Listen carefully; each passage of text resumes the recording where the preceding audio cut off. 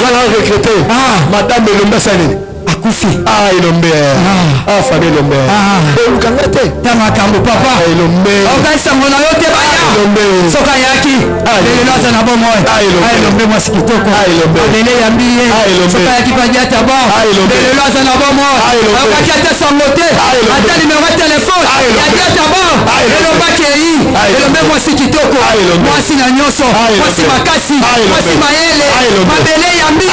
Otali mwasi. Mwasi na mota. Mwasi mayele. Mwasi kitoko. Tele vanda. Nyoso malamu. Mwasi na bomo. La première chose que je vous ai parlé dimanche passé, c'était les dominations sataniques. Alléluia. Amen. Et chacun qui mérite de faire beaucoup d'attention pour ça. Les dominations sont des esprits démoniaques qui possèdent des hommes et des femmes de leur soumettre de leur volonté démoniaque. C'est ça. Cette espèce, dès qu'il se posa dans ton corps, il va dominer ta femme, il va dominer ton mari, même tes enfants, pour les faire soumettre, faire toujours ce que le diable nous demande. Souvent tu connais ton mari, souvent tes enfants, et pourquoi vous avez fait ça? Mais pourquoi toi mon mari, toi qui es très intelligent, pourquoi toi ma femme, tu es toi qui es bien instruite, mais pourquoi mes enfants, vous qui partez à l'école, je fais à tout ce qui est mieux pour vous, mais pourquoi vous m'avez fait ça? Alléluia. Donc, même toi-même tu ne crois pas, tu es surpris par rapport au comportement de tes enfants. Alléluia. Les dominations sataniques. Si quelqu'un commence à être dominé par Satan, c'est ça ce qu'il va faire. Ton mari va t'oublier. Tes enfants vont t'oublier. Tes frères vont t'oublier. Tes sœurs et tout le monde. Et tu vas regretter, mais pourquoi comme ça? Dans la vie que tu vivais auparavant, ce n'est pas ça que tu vas continuer à vivre. Alléluia. Amen. Auparavant tu vivais en paix. Toutes choses marchaient très bien. Mais après cela, tu as tout perdu. Et tu commences à pleurer. Mais pourquoi ça? Alléluia. Amen. Si le diable commence à dominer ton travail, s'il a commencé à dominer ton mariage, s'il a commencé à dominer ton mari, s'il a commencé à dominer ta femme, s'il a commencé à dominer tes enfants, pas de bonnes choses dans votre famille. Tout ce qui était bien, bien tu vas le perdre. Il y a quelqu'un qui me suit. Amen. Tu vas perdre tout ce qui était bien. Les dominations s'opposent aux gens de faire toujours la volonté du diable.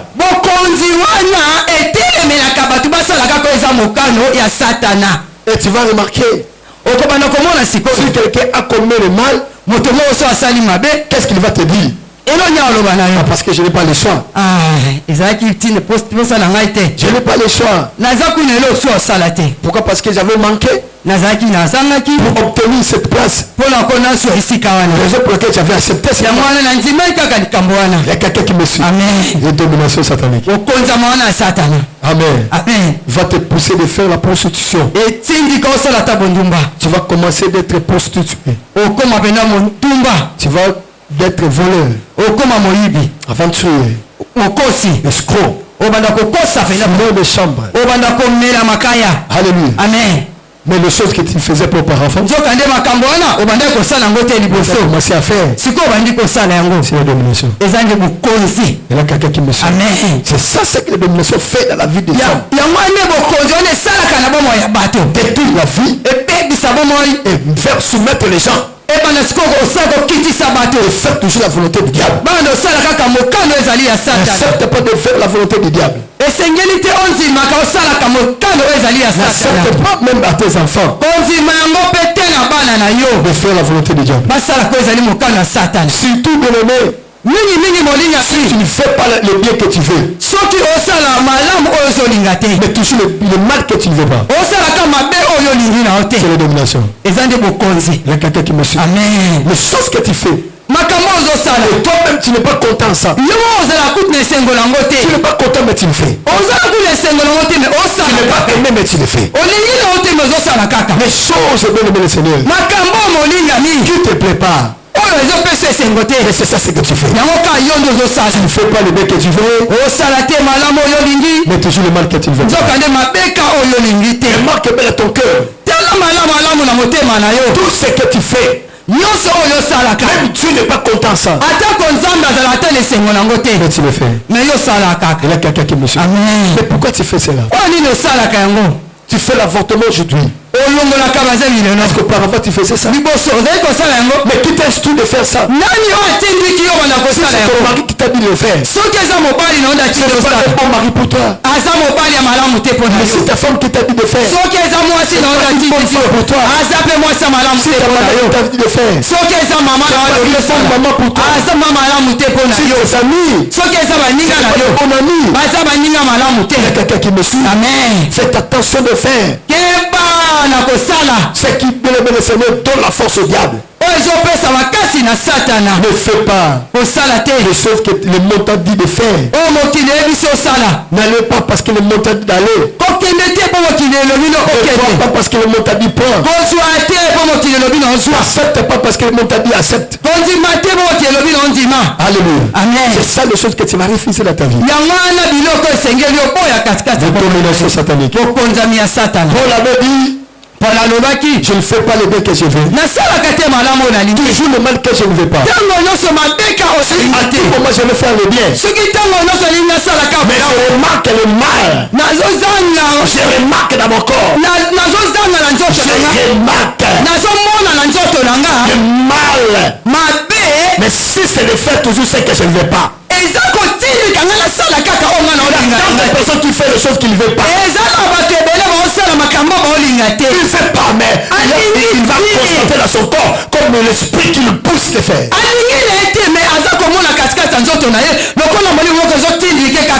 L'esprit qui le pousse. Ne fais pas la volonté des esprits diaboliques. Ne le fais pas. Tu vas perdre ton avenir. Tu vas perdre ta vie. Tu vas perdre ta force. Ne fais pas ce que tes amis te disent de faire. Il y a quelqu'un qui me suit. Amen. Non. Ne fais pas parce que tes amis t'ont dit de faire.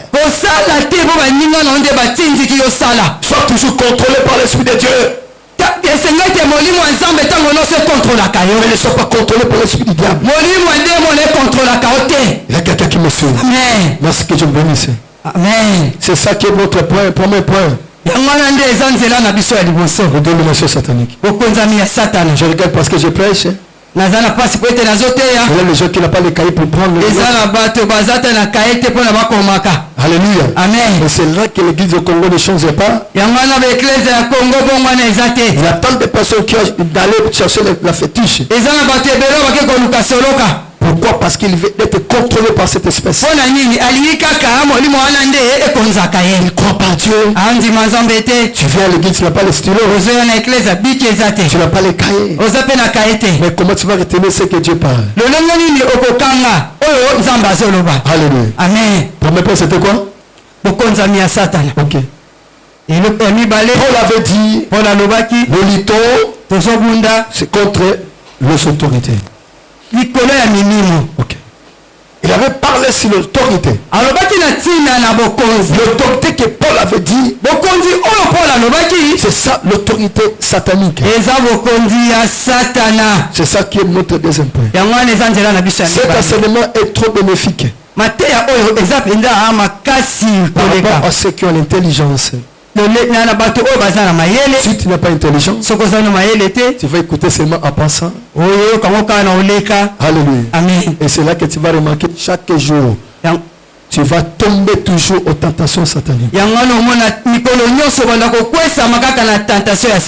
Merci beaucoup. Les autorités sont des esprits démoniaques élevés en dignité dans la vie des hommes sur la terre pour les faire esclaves de Satan. Alléluia. Amen. Ok. C'est ça cet esprit. Les dominations sataniques rendent les gens esclaves du diable. Il est devenu l'esclave. Alléluia. Amen. Donc si il n'est pas fumé, s'il n'a pas pris le vin, il va manquer la tranquillité.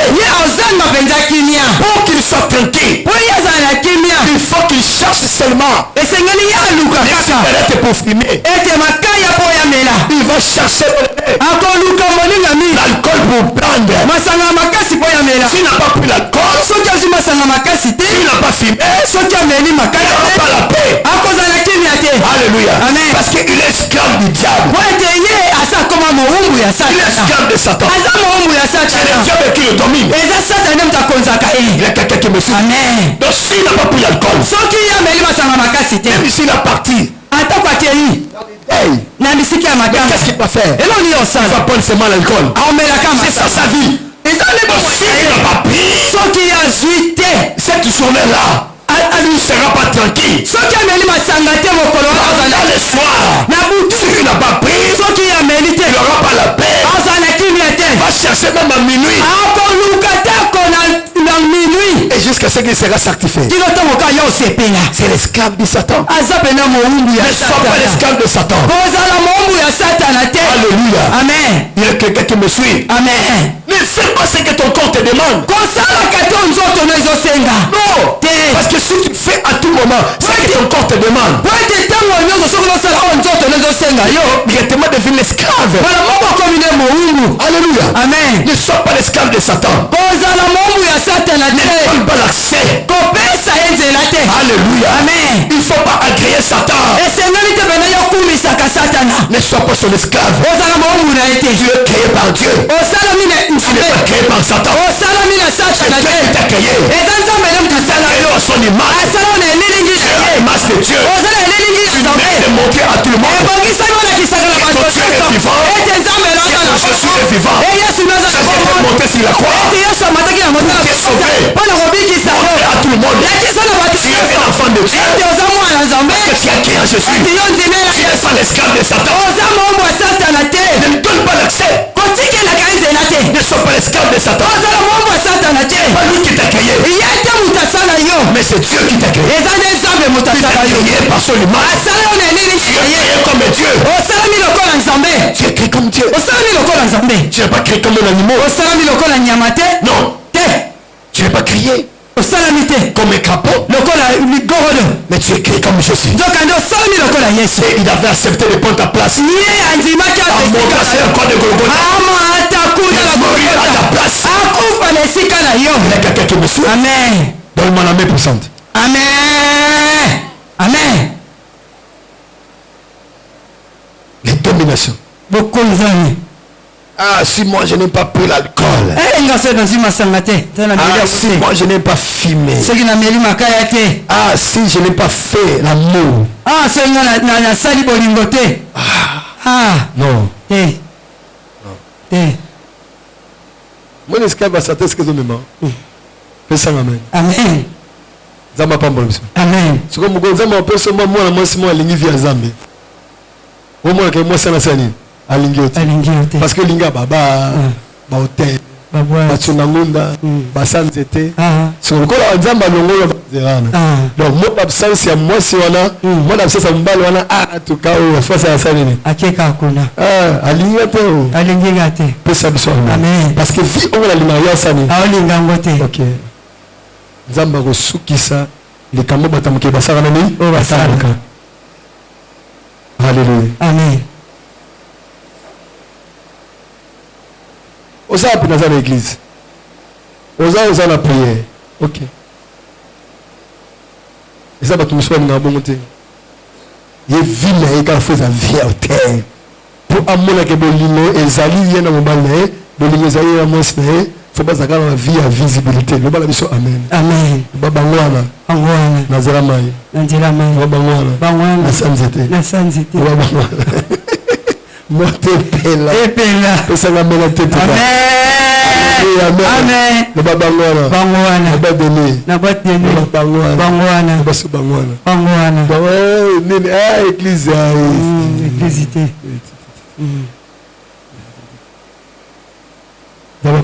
Amen. Bangwana. La musique. La musique. Ok. Donc, senti couple mon corps. Vous avez toujours les bandes. Et ça va, amen. Amen. Tant que vous avez pas la bande, vous avez pas la bande. Les bandes péka. So, mon église, ce bateau, tu peux terminer l'église, tu connais pas l'église. Tu connais pas l'église. Donc, il y a atteint l'assemblée. Mais pour ça, il y a l'église. Donc, attends, donc, il faut passer moi quelques temps dans cette église. Parce que l'église, c'est ma vie. Amen. Amen. Il y a quelqu'un qui me suit. Amen. Donc, je suis toujours dans l'église. Donc, je n'ai pas le temps de donner l'accès au diable. Jamais je peux abandonner le culte. Pourquoi? Parce que j'avais passé la nuit dans les fêtes et tout le soir.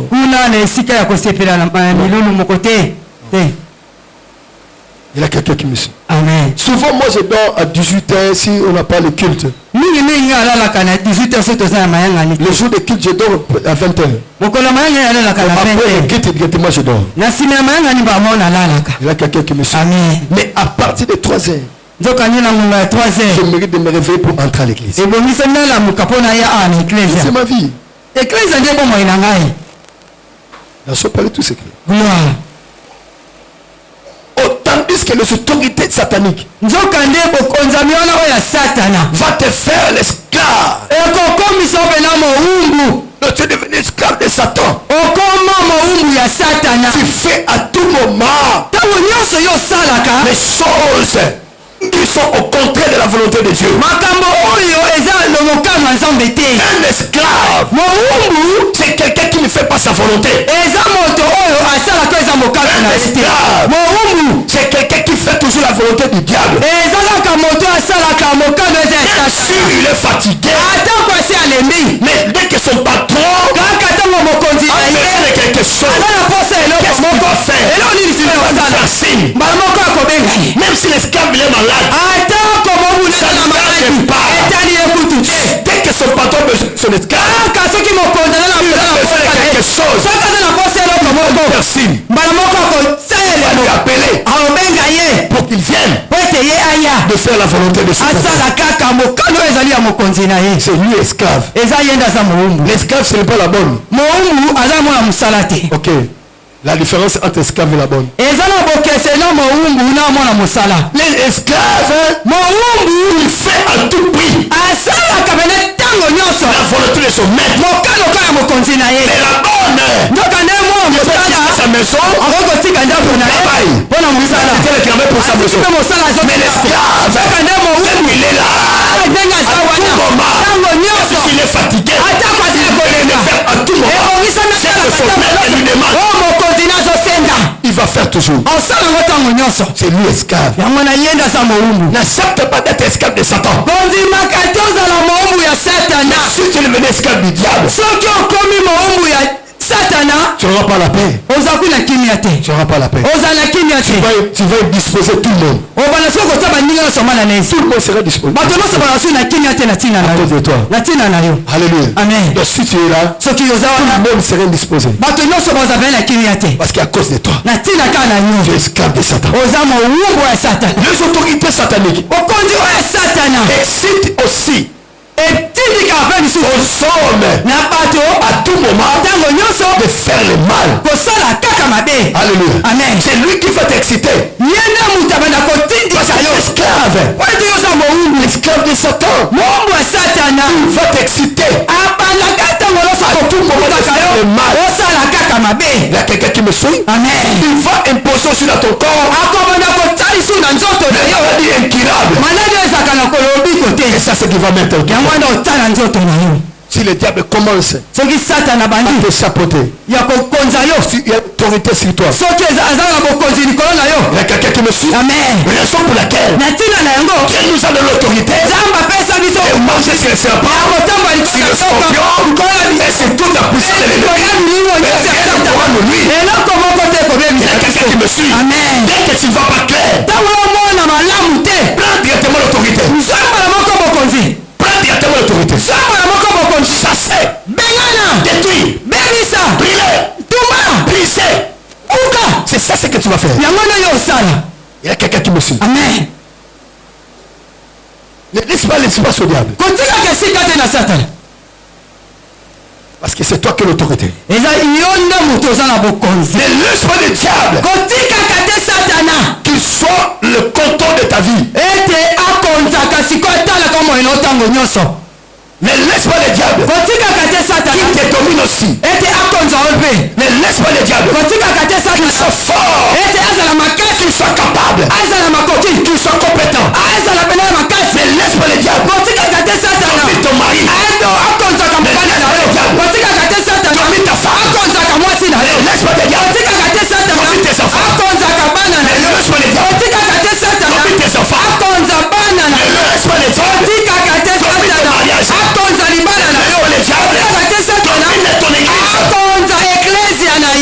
Si moi ici je ne donne pas l'espace, que le diable domine cette église. Non, parce qu'à part Jésus c'est moi.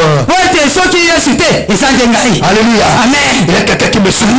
Écoutez-moi. Qui peut dire non là où tu as dit oui? Il y a quelqu'un qui me suit. Amen. Alléluia. Amen. Tu as oublié tout ce que tu as mis dans ton corps. Oh, c'est le plutôt qui vit. C'est qu'est-ce qui vit ta vie? Il y a des choses tu ne vas pas entendre. Dieu descend pour dire oui. Et si Dieu a dit oui, il y a personne qui va dire non. Mais si Dieu a dit non, toi aussi tu vas dire oui. Parce que Dieu t'a créé. Toi aussi tu es créé. Mais qui t'a créé? Qui a créé Dieu? Dieu c'est notre créateur. Il nous a donné sa capacité, son autorité, son pouvoir. C'est le plus toi, c'est qui ça? Si toi tu as dit oui, Jésus il va dire oui. Amen. Amen. Non, je regarde, je prends ce bébé. Il y a quelqu'un qui me suit. Amen.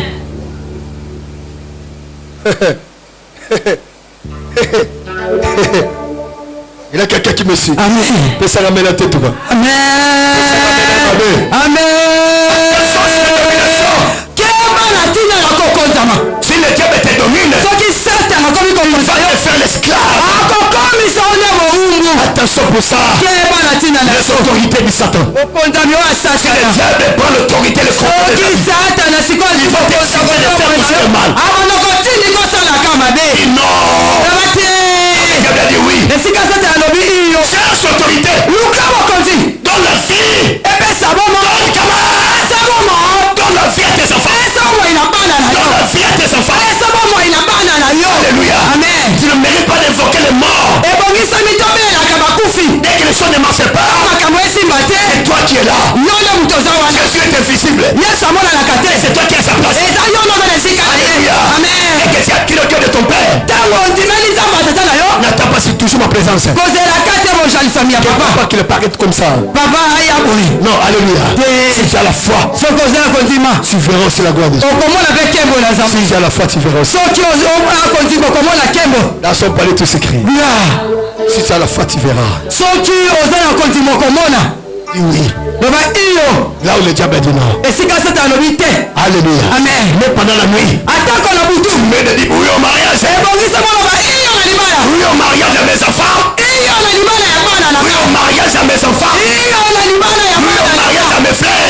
Oui na bandeko na ngami bana. Alléluia. Amen. Dès que tu sens que ta famille est dominée. Tawo zomona ka libota na bandiko konzama. Le diable a pris le contrôle de ta famille. Satan na bandiko kotala benda libota na zo sika. C'est toi qui vas se réveiller. Seulement c'est lui qui a la conscience. C'est lui qui va se faire réveiller. Réveille-toi. Dis oui. Le diable avait dit non. Si le diable avait signé votre mort, toi tu vas se réveiller. Dis non. Tout ce que le diable avait signé. La porte de la vie. Commence à donner la vie à tes enfants. Son palais tout s'écrit. Dans la vie. Ne confesse pas les morts. Mais confesse la vie. Alléluia. Amen. Si tu regardes, tu sais toujours à côté. C'est la mort qui va se prendre ta famille. La mort va prendre tes enfants. Il va prendre ton mari. Il va prendre ta femme. Tu vas laisser priver. Mais tandis que si tu as dit non, là le diable avait dit oui. Les portes automatiquement s'ouvrir.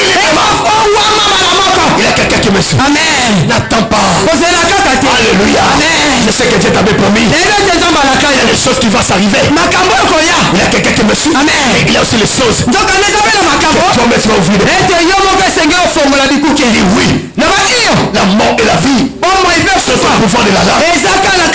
Confesse pas toujours les difficultés. Confesse aussi la vie. Confesse aussi la vie. Moi je crois au Dieu de mon Père. Et cette année, il ne veut pas comme ça. Ce que je vis, c'est ça ce que Dieu m'avait promis. Ce que je vois, c'est ça ce que Dieu m'avait promis. Moi je ne vois pas. Mais si il est en Satan, je ne vois pas ça. Quelqu'un qui me suit.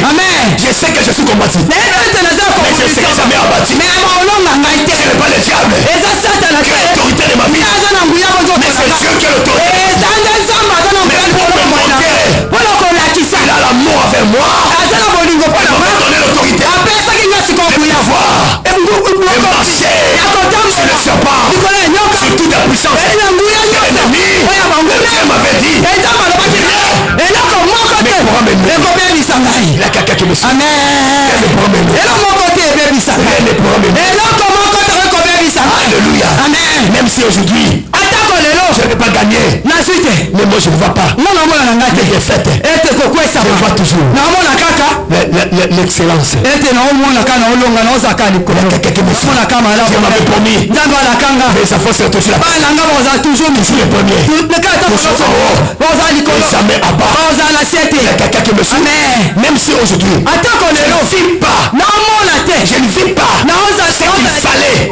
Je crois toujours à mon Dieu. Je crois toujours à mon Dieu. Je n'ai pas le temps de donner l'accès à Satan. Non, je n'ai pas le temps. Recevez la grâce. Au nom de Jésus. Alléluia. Amen. Il y a quelqu'un qui me suit. Amen. Il y a quelqu'un qui est avec moi. Amen. Alléluia. Amen. Qui va dire non? Là où tu as dit oui. Donne-moi la réponse. Qui va dire non? Là le diable a dit oui. Donne-moi la réponse. Amen.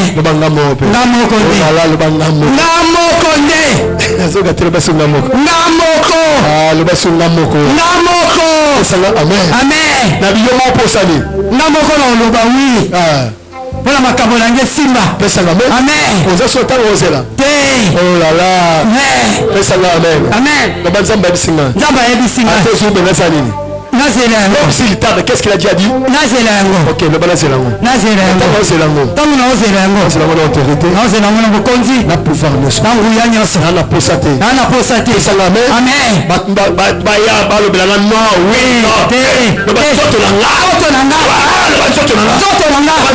sakelanga nzambe asakelanga boy stérilité na boy stérilité asokinga amen banzoto nanga na boy blocage pesanga amen ate batie bamila minene bamata bakita yataba songa nzila songunaba sekodimene alléluia asaka nini abuka makoleka amen wana recruté madame elombe salini akufi elombe famille elombe olukanga te ta makambo papa elombe okasango na yo te baya soka yaki lelo aza na bomoi elombe mwasi kitoko lele yambi ye soka yaki padiata bon lelo aza na bomoi okaki ata sango te ata nimero ya telefone yadiata bon elobaki eyi elombe mwasi kitoko mwasi na nyonso mwasi makasi mwasi mayele mabele yambi otali mwasi okipasi na mwasi mayele mwasi kitoko tele vanda nyonso malamu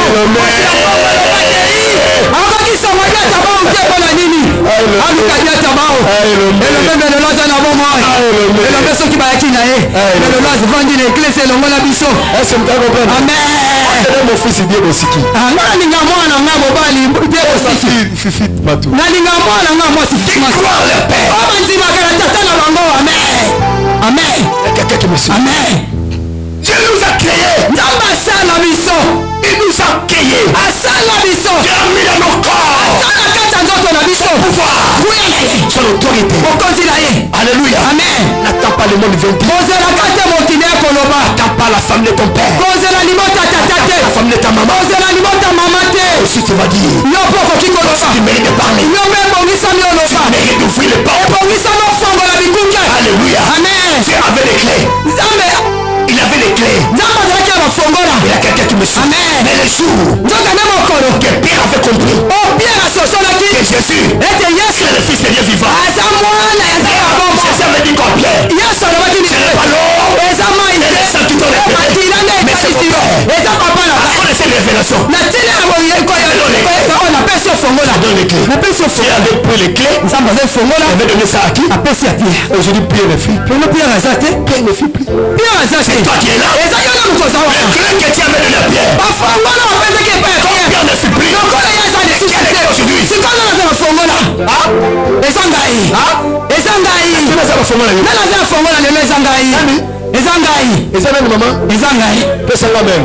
mais Ma forme j'ai pas Pierre ça plus. eza lelo mpo na ngai Pesa la même. amen Yesu pesa ngo pa nani? pa pierre So Pierre le ça. aza te Asali ni. atika yango Atiko pa nani? epa na ngai Atiko pa nani? epa na ngai Donc c'est nzamba fongola. te Pesa la même. amen Na on a so 14 so nzamba fongola. na ose na nzamba fongola te Pesa la même. amen Banga moko. moko Alléluia.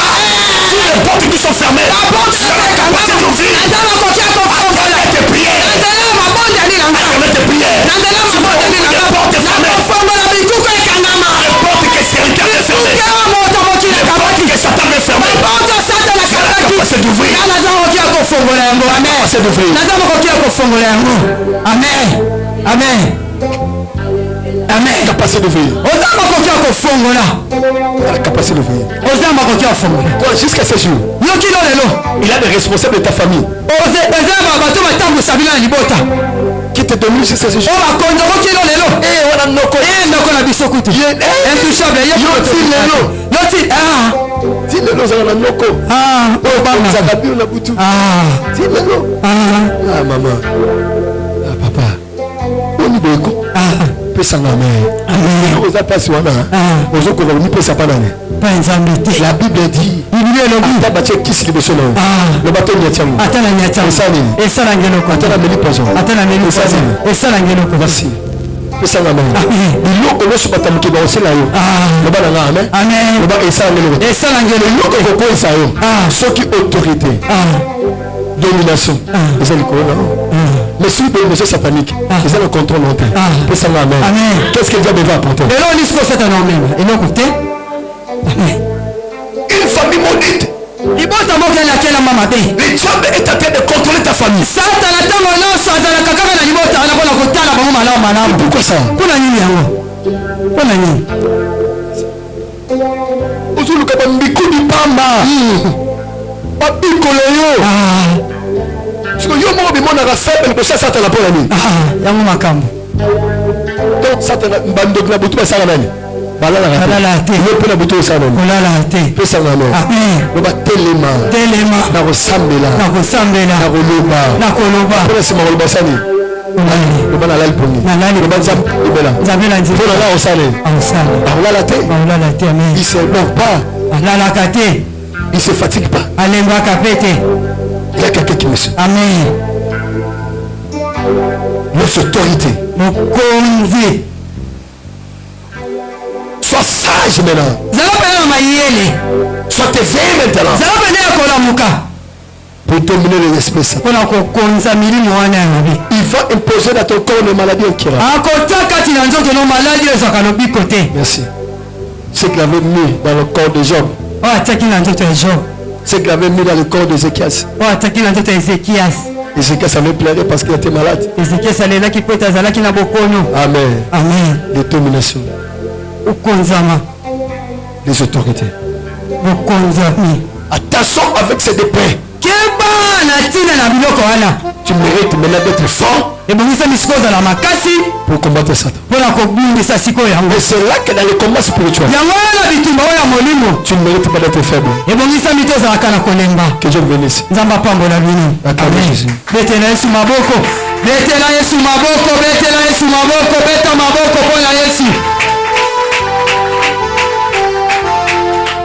Nous sommes debout.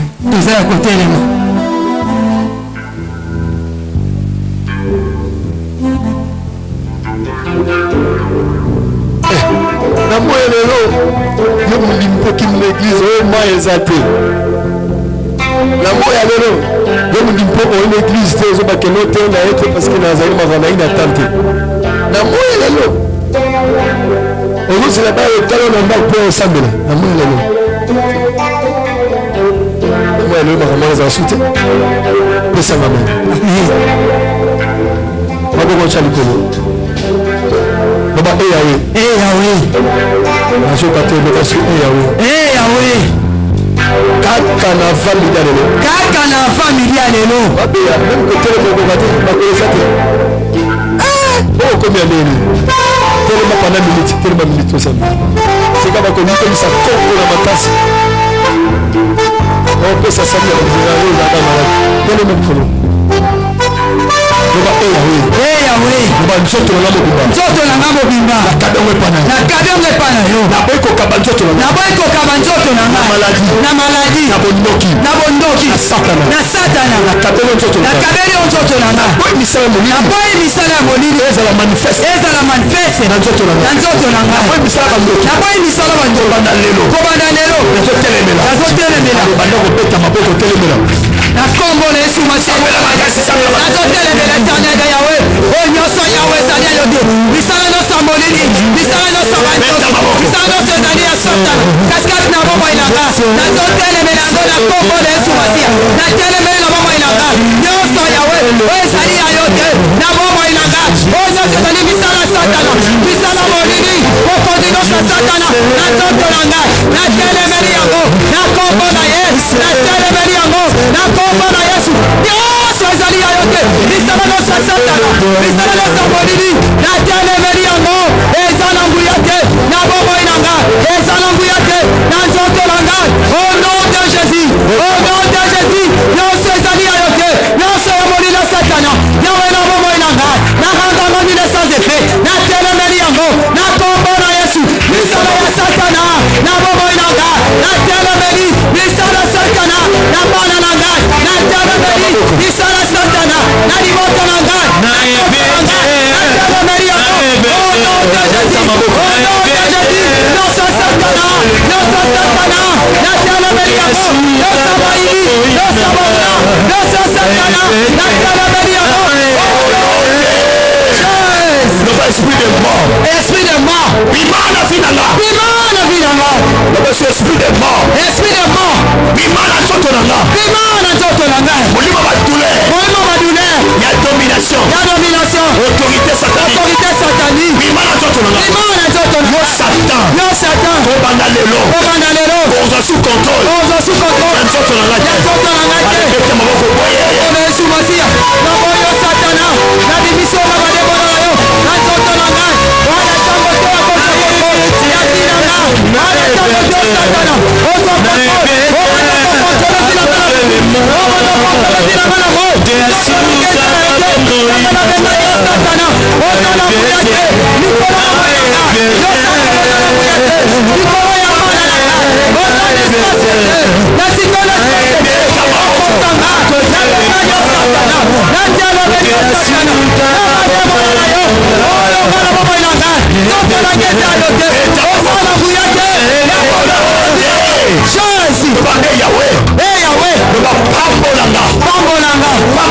nzoto na nga. Pambola nzoto na nga. Pambola santé na nga. Pambola santé na nga. Pambola betite na nga. Pambola betite na nga. Pambola libota na nga. Pambola libota na nga. Bundisa Satan. Bundisa Satan. Ozo bundisa nga. Ozo bundisa. Conforte banguna vie na nga. Conforte banguna vie. Au nom de Jésus. Au nom de Jésus. Bato bakela nga malade. Bato bakela nga malade. Eh Yahweh. Eh Yahweh. Azala totalement conforté. Azala totalement conforté. Ozo lukaliwana nga. Ozo lukaliwana nga. Azala totalement conforté.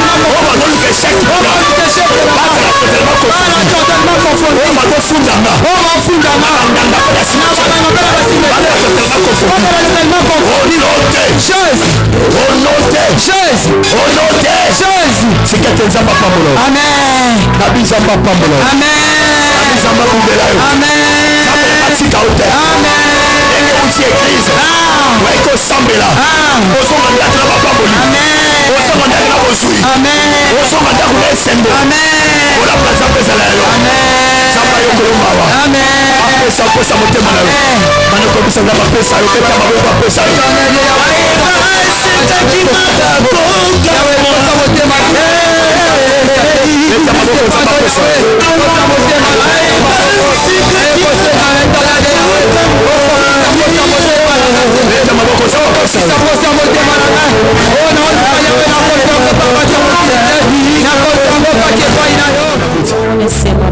Amonese l'église. Nzambe sungaye. A évolué. A épaté. A sillonné monde. Na kombo na Yesu. Salisa ye. Tango lidema yola.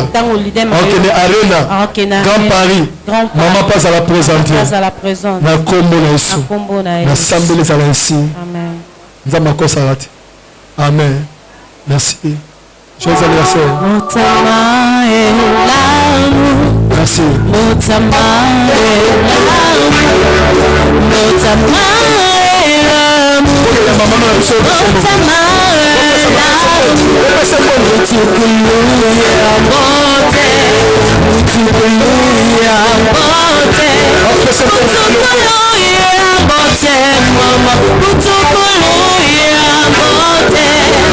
Joyeux anniversaire, accepteur de mon cœur, me fait la puissance, le joyeux de ton âme. Joyeux anniversaire, joyeux anniversaire, joyeux anniversaire, joyeux anniversaire. Parabéns pra você, parabéns pra você, mãe. Parabéns pra você, parabéns pra você. Nesta data querida, muitas felicidades, muitos anos de vida.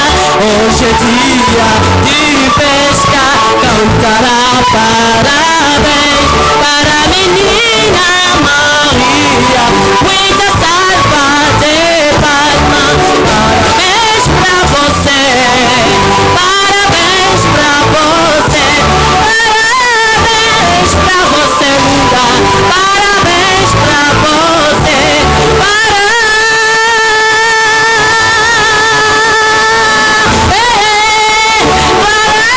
parabéns pra você, parabéns pra oh Maria, parabéns pra você, parabéns pra Luna.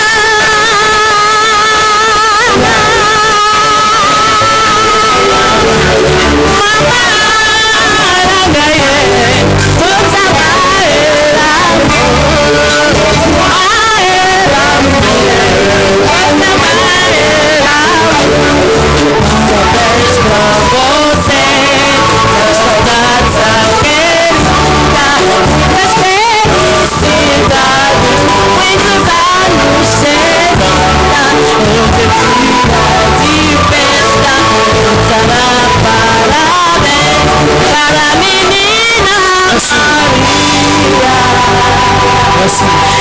Muito salva